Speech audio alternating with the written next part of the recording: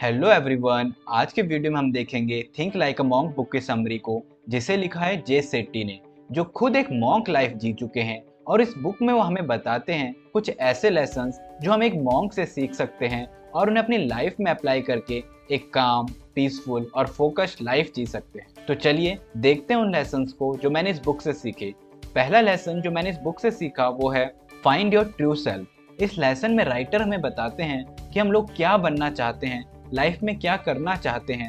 Actual में ये चीज हम में से ज्यादातर लोगों को पूरी तरीके से क्लियर ही नहीं होती। हम लोग ये कहते तो हैं कि मैं लाइफ में ये करना चाहता हूँ, ये बनना चाहता हूँ, लेकिन हम लोगों को ये पता ही नहीं होता कि क्या हम वो सच में बनना चाहते हैं या फिर जस्ट अपने आसपास के लोगों के इन्फ्लुएंस में आकर हमने अपना गोल सेट कर लिया है।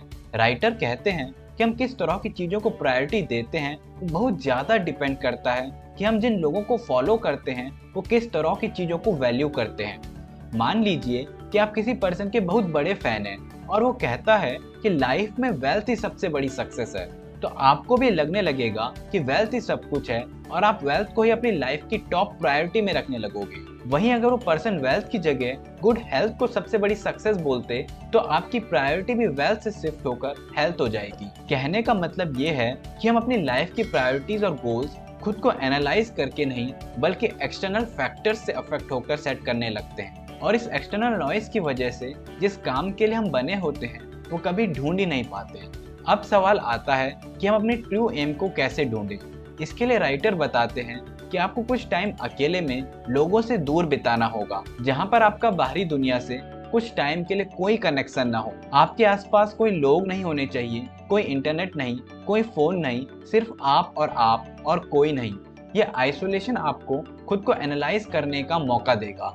इस टाइम में आपको खुद को जानना होगा, खुद से ये पूछना होगा कि वो कौन सा काम है जो आपको हर हाल में करना है, वो कौन सा काम है जिसे करने में आपको मजा आता है, किस काम में आप अच्छे हो, और इन क्वेश्चंस का आंसर मिलने पर आपको उस काम को अपनी लाइफ का गोल बना देना होगा और फिर ऐसे एक्शंस लेने होंगे जो आपको आपके गोल की तरफ ले जाए। अब चलते हैं दूसरे लेसन की तरफ, जिसमें बताया जाता है कि how to avoid negative people in your life. Negative people को अवॉइड करने के लिए राइटर हमें दो मेथड्स बताते हैं।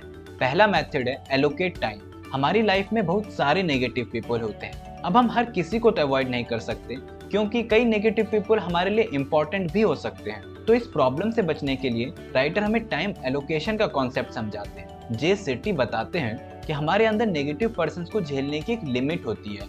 किसी को हम एक महीना झेल सकते हैं, किसी को एक हफ्ता और किसी को तो एक दिन भी झेलना मुश्किल हो जाता है। इसलिए देखते हुए कि हम किस पर्सन को कितना झेल सकते हैं, हमें उस पर्सन के लिए एक फिक्स टाइम एलोकेट कर देना चाहिए और सिर्फ उतना टाइम ही उस पर्सन के साथ स्पेंड करना चाहिए। ऐसा करने से हमारे उस पर्सन के साथ रिलेशन भी खराब नहीं होंगे और उस पर्सन की नेगेटिव बातों का फर्क भी हम पर नहीं पड़ेगा और हम नेगेटिविटी से भी खुद को बचा पाएंगे। सेकंड मेथड है 75-25 रूल।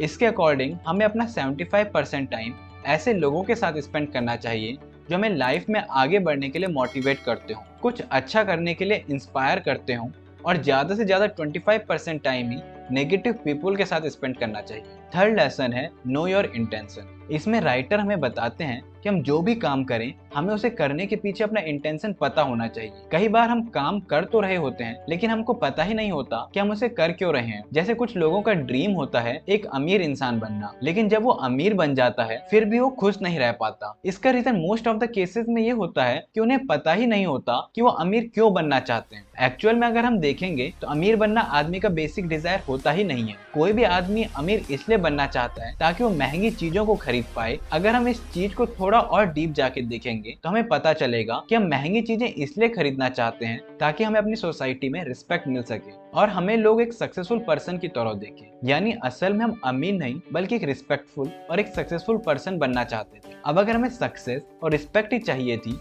तो हमें डायरेक्टली सक्सेस और रिस्पेक्ट के लिए ही ट्राई करना चाहिए था, ना कि अमीर बनने के लिए। इसी वजह से राइटर कहते हैं कि हमें कोई भी काम शुरू करने से पहले उस काम को करने का इंटेंशन क्या है ये पूरी तरीके से क्लियर कर देना चाहिए और उसके बाद ही उस काम को शुरू करना चाहिए। ये लेसन्स मैंने जे सेट्टी की book think like a monk से लिए हैं और अगर आप इस बुक को पढ़ना चाहते हैं तो आप इसे अमेजोन से खरीद सकते हैं। अब बारी इस बुक से मेरे फेवरेट लाइन की, और वो है the only way to build a meaningful life is to filter out that noise and look with it.